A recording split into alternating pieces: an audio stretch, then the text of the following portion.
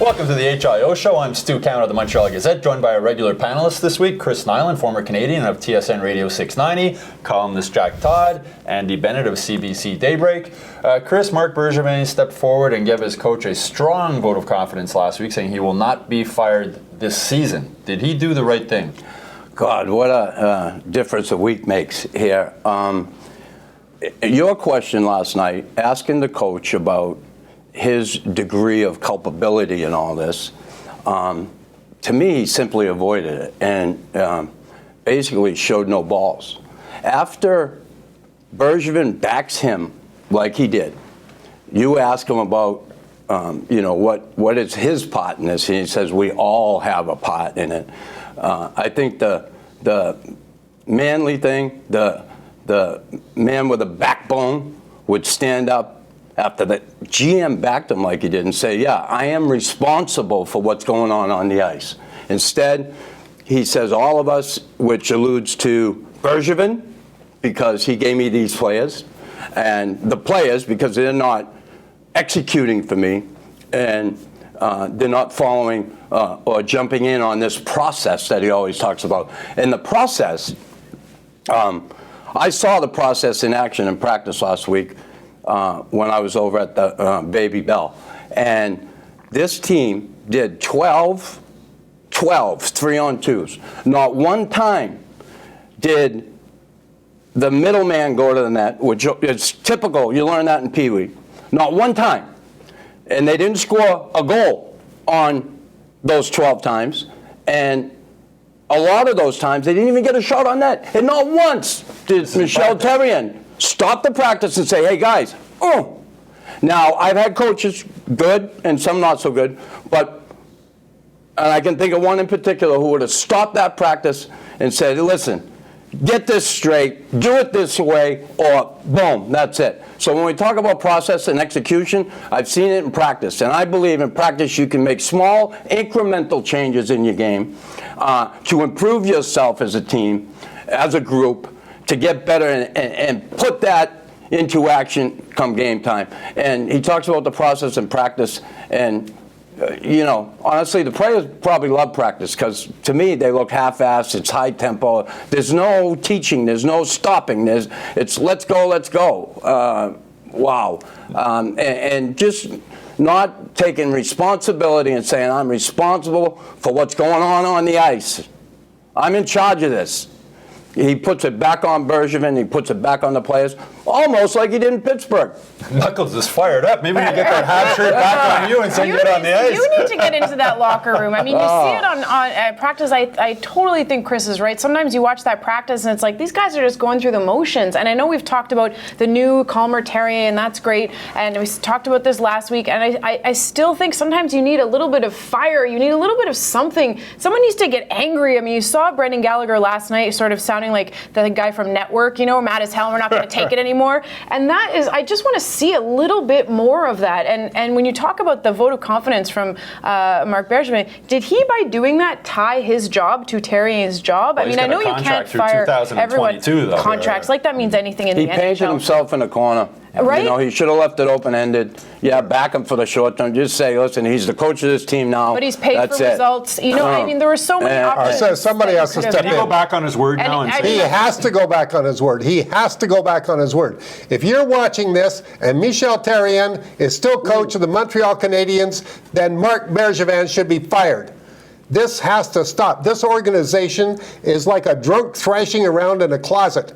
Nobody knows what they're doing or why. I never saw such a mess in my life. I've been patient. I don't think anybody can say I defended them in print. I defended them in Twitter. I defended them on here. I've had it. It's a complete mess. The combinations he was throwing out last night, guys do better on Twitter. There's no excuse for any of this. And, it went too far.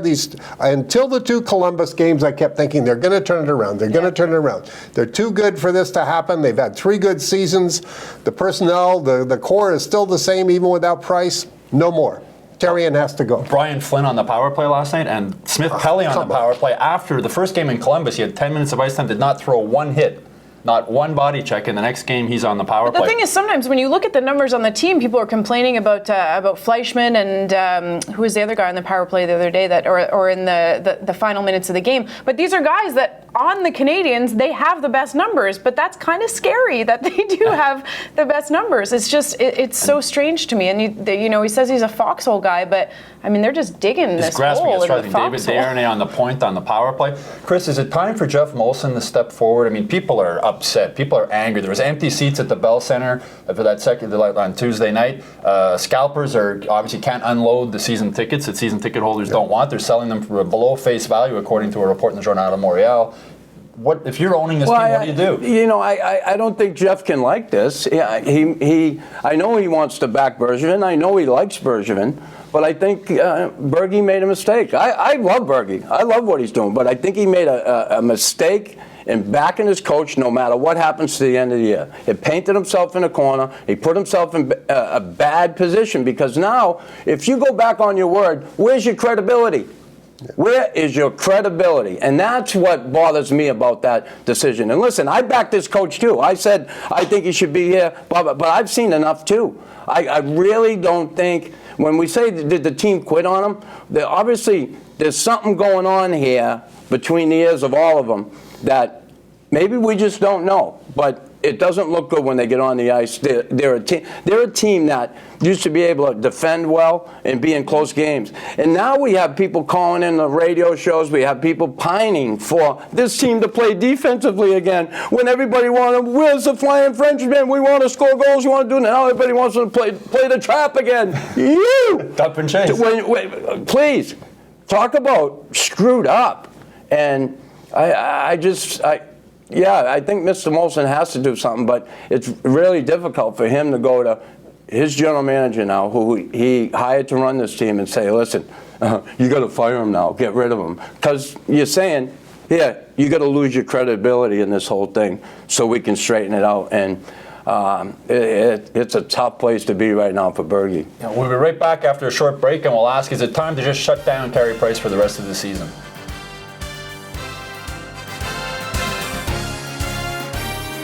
Welcome back, everybody.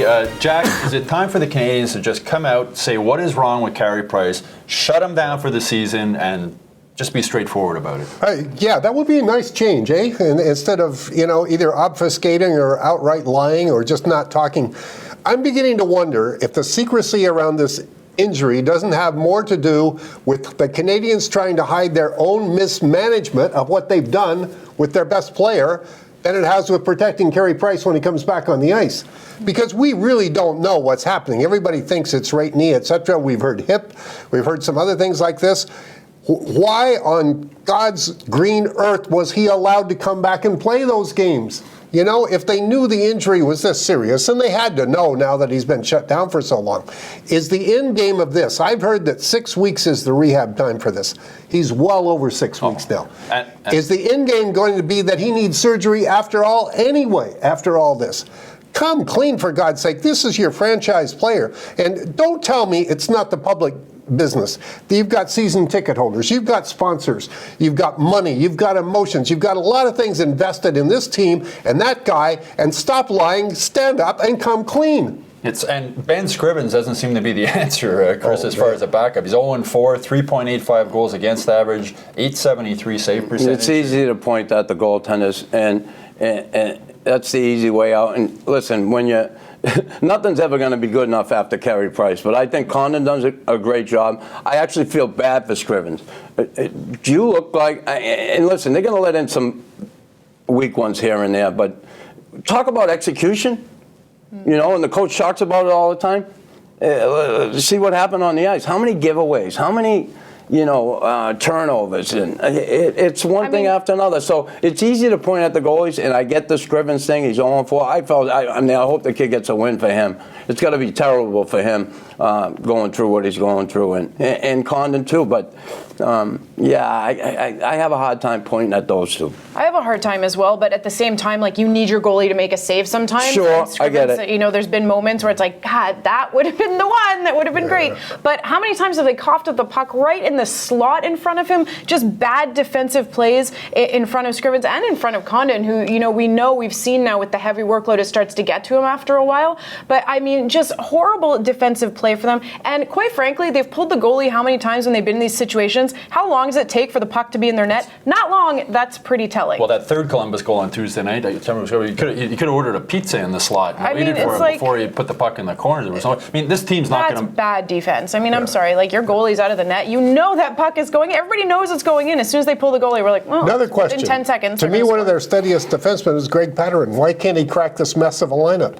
Well, I mean, why have we not seen Andrighetto? I mean, it's been 2 months, really. Yeah. There hasn't been that much out-of-the-box thinking as far as generating offense, except for putting those lines in a blender and putting guys together so that there's no consistency, you know, different lines all of the time, and guys that clearly don't work well together. And then they send Daniel Carr down to the minors. The kid comes back and blows out his knee, and he's gone for 3 months.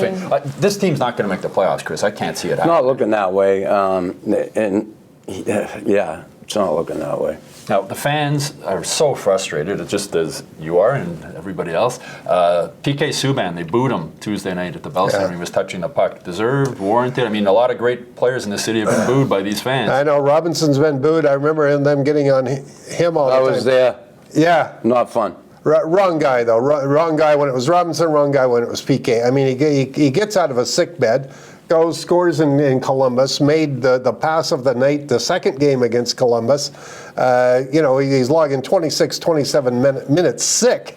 The other day he played 32 minutes, including the 5-minute overtime, and in the overtime he barely got off the ice against Toronto in that 3-on-3 overtime that kills everybody. What I will say about it, though, PK overhandles the puck. I don't care. Last night he had them on that goal. Listen, could he have made a pass? Maybe on the boards to Beaulieu.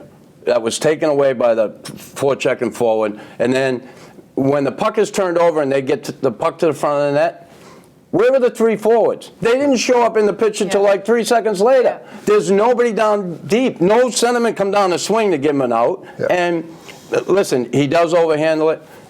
Very risky plays at times on that last giveaway, a risky pass, a little flip pass, saucer pass up the middle. You do those things, sooner or later it's going to bite you. And listen, I get the booing part. I've been booed with a group of players before, maybe never just myself. Even if I lost a fight, I didn't get booed. It was too many. Thank God. But again, I understand the frustration of the fans, but sometimes guys deserve it when you're not playing well, and I'll say PK has not been up to par for a guy making that kind of money. He's the show, and you're coughing up the puck like that. People are gonna get fed up pretty quick. Well, PK stood up in the room though afterwards and said, "I deserve it." He did. I give him a lot of respect. I deserve it. A lot of respect I was for in the that. stands, I would have been booing and maybe even louder. I'm wondering, Andy, do we get to an embarrassing point here where, like in Buffalo last year, where Habs fans start cheering losses, hoping that they can get that #1 draft pick and get Austin Matthews? I mean, we've seen their sarcastic cheer many times at the Bell Center. I don't know if... I don't think this city will ever... kind of drop to that, because it's such a winning city and there's no, top draft pick. I mean, that's great, but that doesn't really guarantee you anything. I mean, nobody in this city is going to be happy. Exactly. Look at Edmonton. Going to be happy with a last place finish. I mean, I can't even picture that in this city happening. I am anti-boo. I don't like booing. I mean, yes, you're right. You've paid your ticket to boo, but I would much rather see fans try and rally behind the team. But there's not that much to rally behind right now. Well, listen, if they get a better draft pick out of this whole thing, maybe they can get a nice right winger and turn him into a center. That's good. If they need some long-term thinking like that happening right now, because I mean, Subban, it's been tough, but I think Subban and Gallagher, to me, those are the two guys that, yes, it's reflecting badly on Subban because he's trying to do too much, but they are just trying to haul this team, dragging them behind them into something positive, and it's just not working. If everybody on this team cared and tried as hard as PK Subban and Brendan Gallagher, they probably wouldn't be in this situation. We wouldn't be having this conversation. I know, dressed in black this week. Maybe next week we'll all be dressed in black for the Habs. We'll talk to you then.